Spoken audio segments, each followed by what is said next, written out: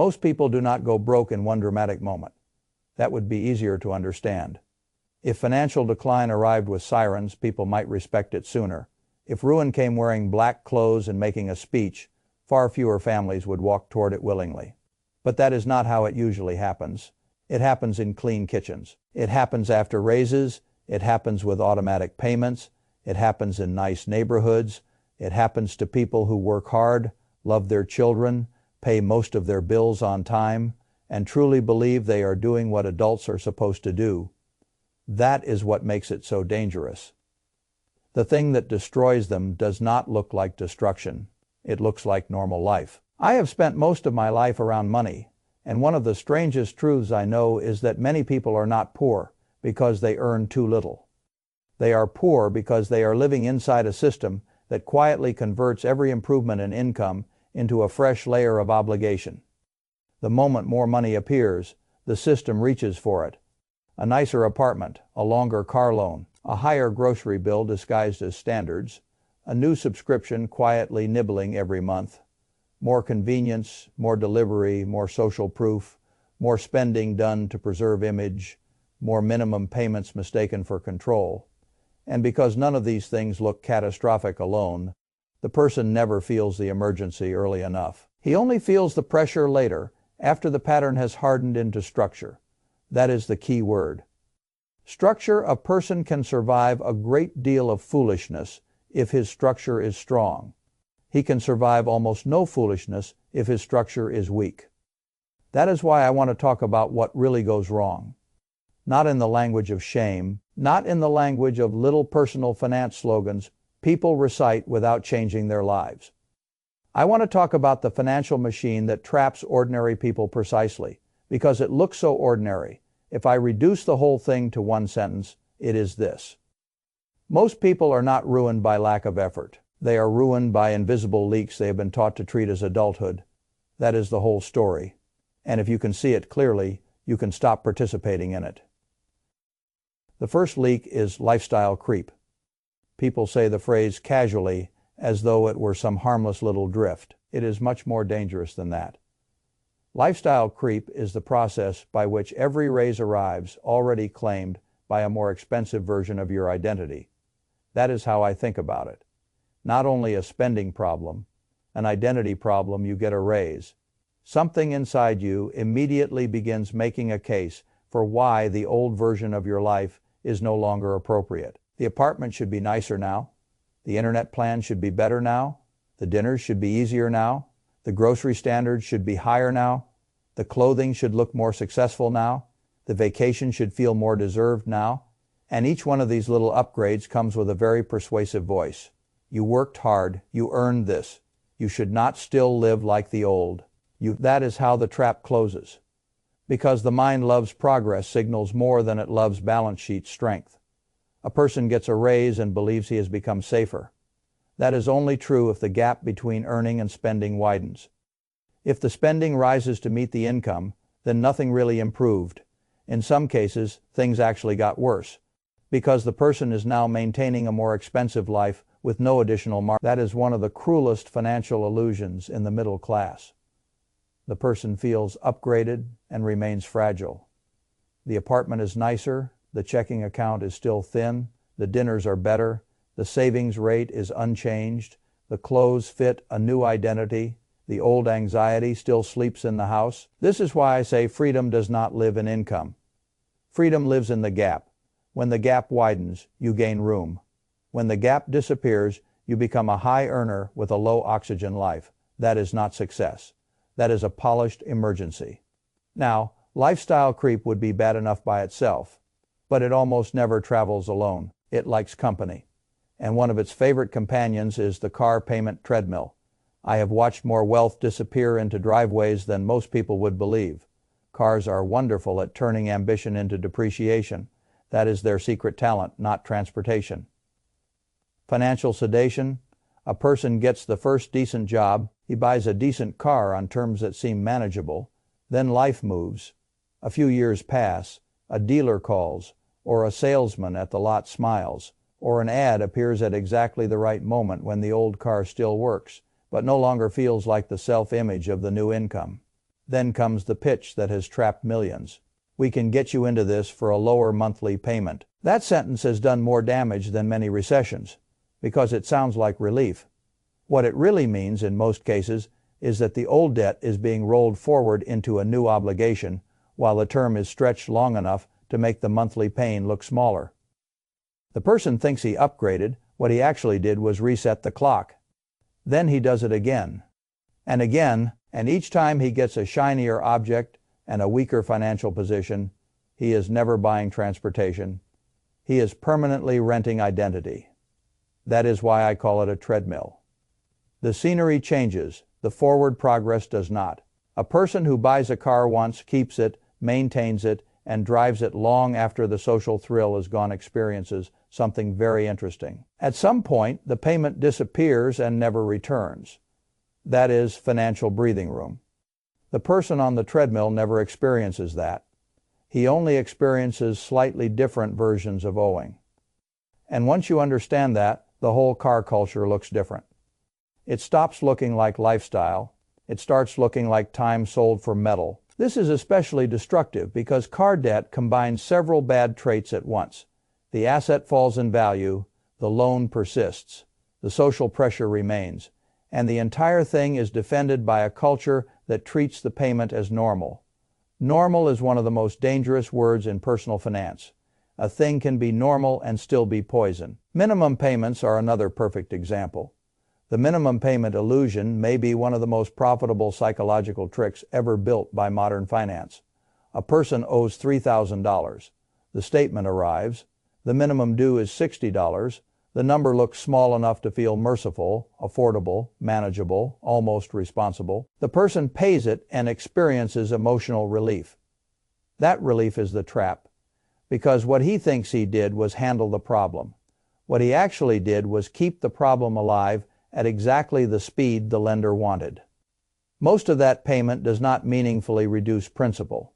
It simply services the interest engine long enough to let it continue feeding. This is where the cruelty of debt becomes so elegant. The victim feels disciplined, the system feels fed, the balance barely moves. Years pass. The person wonders why the card never seems to die. It never dies because it was never designed to die under minimum treatment. It was designed to become a permanent little tax farm connected to your future labor. That is what credit card companies built. They built a machine that translates small emotional relief today into years of captured income tomorrow. I do not admire such machines. I respect them enough not to stand in front of them foolishly. If you have ever watched a person say, "At least I made the minimum," you have seen someone mistaking motion for progress. That is very common in finance. The minimum payment is not a path to freedom. It is a subscription to delay, and delay is expensive. Now, let us move to the house, because nothing reveals the public's confusion about success more clearly than housing. People do not buy only a house. They buy a symbol, they buy adulthood, they buy stability, they buy status, they buy proof. That is why the bank's approval number becomes so dangerous. The bank says you qualify for $400,000, and the buyer hears something like "you can afford this life." That is not what the bank actually said. The bank said, "Under our formula, this is the maximum debt we believe you can keep servicing well enough to remain useful to us." That is a very different thing. The bank's interest is not your peace. Its interest is loan performance. You are the one who has to live inside the structure after the paperwork dries. A person who buys the maximum house the bank approves often discovers too late that the bank underwrote the mortgage and not the life. The mortgage was only the entry fee. Then comes property tax, insurance, utilities, repairs, yard work, the air conditioner that chooses July to die, the water heater that chooses winter, the roof, the appliances, the endless little maintenance taxes of ownership that no one includes in the daydream. And because the house was bought near the edge, these things do not feel like inconveniences. They feel like a tax. That is how a beautiful property becomes a financial prison.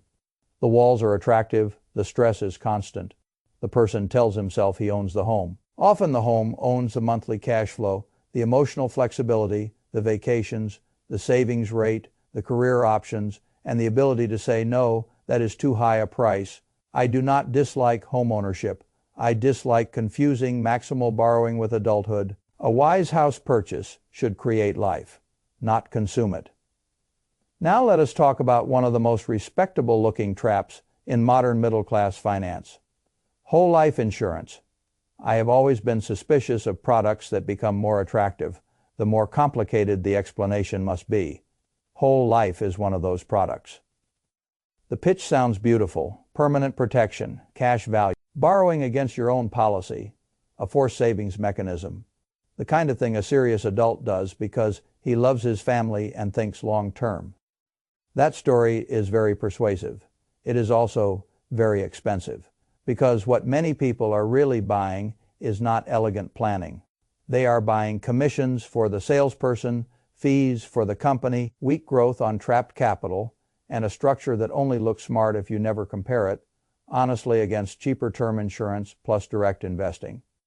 That is the comparison that matters.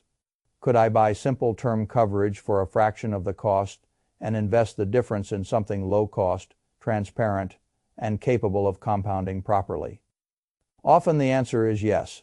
And when the answer is yes, the supposedly sophisticated product starts looking less like wisdom and more like a wealth transfer from the buyer to the institution. This is the tragedy of many financial products. They rely on the buyer confusing complexity with superiority. The more layers in the explanation, the easier it becomes to hide mediocre economics under the feeling of seriousness. I have no interest in serious feeling mediocrity. I would rather have plain strength. Convenience is the next leak, and convenience may be the most socially accepted form of financial bleeding in America. A few dollars here, a few dollars there. Delivery fee, service fee, tip, premium upgrade, express shipping, subscription, priority access, storage plan, cloud plan, streaming platform, meal app, parking upgrade. Every one of them seems small enough to ignore. That is why they are so effective. The modern economy is built to help you convert impatience into recurring expense with almost no friction. You are tired, dinner arrives, you are rushed, shipping becomes faster, you are slightly annoyed. A subscription removes the annoyance. You are mildly disorganized. An app fixes it for $9 a month. By themselves, these decisions seem harmless. In repetition, they become a permanent tax on disorganization, fatigue, and lack of planning. That is what convenience really is. Much of the time, not always, but much of the time, a small recurring payment made because the person did not build a system strong enough to make the cheaper option easy. This is why convenience can become so expensive. It is not only the dollars, it is what the dollars reveal. If a person pays extra 3 times a day to avoid minor friction, then the real issue is not merely the payment. It is that he is living reactively. Reactive people are easy to monetize. Every app, platform, delivery network, and subscription business understands this intimately. Your mild inconvenience is their revenue model. That does not mean convenience is evil. It means default convenience is financially corrosive. You should buy convenience deliberately, not automatically. Otherwise, you are not purchasing relief. You are renting it forever. Now let us move to social performance, which may be the most humiliating source of unnecessary spending, because so much of it is done for an audience that barely exists. Keeping up appearances has destroyed astonishing amounts of real wealth: a better bag, a better dinner, a trip posted online, a remodel, a watch, an outfit, a bottle ordered at the table not because the buyer truly cares, but because he cannot bear the idea of appearing smaller than the people around him. This is what I call debt. Funded theater. The person is not buying the thing. He is buying a moment in another person's imagination. That is a terrible asset. It disappears almost immediately, and yet the debt or the lost capital remains. People say comparison is the thief of joy. It is also one of the great thieves of net worth, because comparison does something subtle to the brain. It makes spending feel like self-protection. The person is not thinking, I want to waste money. He is thinking, I do not want to look left behind. That is why the spending becomes so hard to challenge. It has been emotionally reframed from vanity into safety, but there is no safety in performing wealth. There is only fragility with better lighting. The irony, of course, is that the people being impressed are often doing the same thing. They are also financing appearances, they are also overextended, they are also buying moments. Everyone is silently borrowing from the future to perform the present for one another. That is one of the saddest games in the middle class. No one wins. Everyone pays. Now we come to a trap that looks passive, but is actually one of the most active dangers in personal finance. Living without an emergency fund. I call this emergency-free delusion because that is what it is. A person structures life as though nothing will break, nothing will get sick, no dog will need surgery, no car will fail, no root canal will arrive, no job interruption will happen, no family emergency will land at exactly the wrong moment. This is not optimism. It is denial with a checking account. When there is no reserve, every ordinary life surprise becomes debt. That is the key. Without a buffer, inconvenience becomes borrowing. Borrowing becomes interest. Interest becomes time. Time becomes lost future freedom. The emergency fund is not exciting. It does not produce cocktail conversation. It produces resilience, and resilience is one of the highest returning financial assets I know. A household with 3 to 6 months of real expenses in reserve lives in a different psychological climate from a household with $400 in hope. The second household is not only financially weaker, it is mentally smaller. It cannot think long term because everything threatens the near term. That is what lack of reserves does. It narrows cognition. It makes the future hard to imagine because the present always feels one accident away from panic. Now, retail therapy. This one reveals a great truth about money. Money problems are often emotional regulation problems wearing debit cards. A person feels stressed, unseen, tired, disappointed, angry, lonely, or flat. He buys something. For a brief moment, the dopamine arrives. The self feels repaired. Then the charge settles in. The item becomes ordinary. The old feeling returns. Now there is the old feeling plus a smaller cash buffer or a larger credit card balance. So the person feels worse and reaches for the same mechanism again. That is not shopping. That is chemical self, medication through merchandise. Retailers understand this very well. Scarcity countdowns, limited drops, flash sales, urgency language. The whole apparatus is built to convert emotional instability into transaction velocity. And it works because the purchase does provide something real. Temporary relief. The trouble is that temporary relief financed badly creates permanent drag. The item fades, the payment remains. This is how closets fill while savings accounts remain thin. That is not a style problem. It is a regulation problem. Now let us move to one of the most expensive delays in all of finance, retirement delay. A young person says, "I will start later. I am not earning enough yet. I have loans, I have rent, I have life, fine, all true." The problem is that compounding is not waiting patiently for your feelings to mature. It is moving with or without you, and early dollars are more powerful than later dollars, in a way that most people do not emotionally grasp until too much time is gone. A dollar invested at 25 has decades to breed. A dollar invested at 40 must run a much shorter race. That is why delay is so expensive. It is not only lost contributions, it is lost time on contributions. That is the real killer. The person thinks he is postponing effort. He is actually giving up years of exponential work.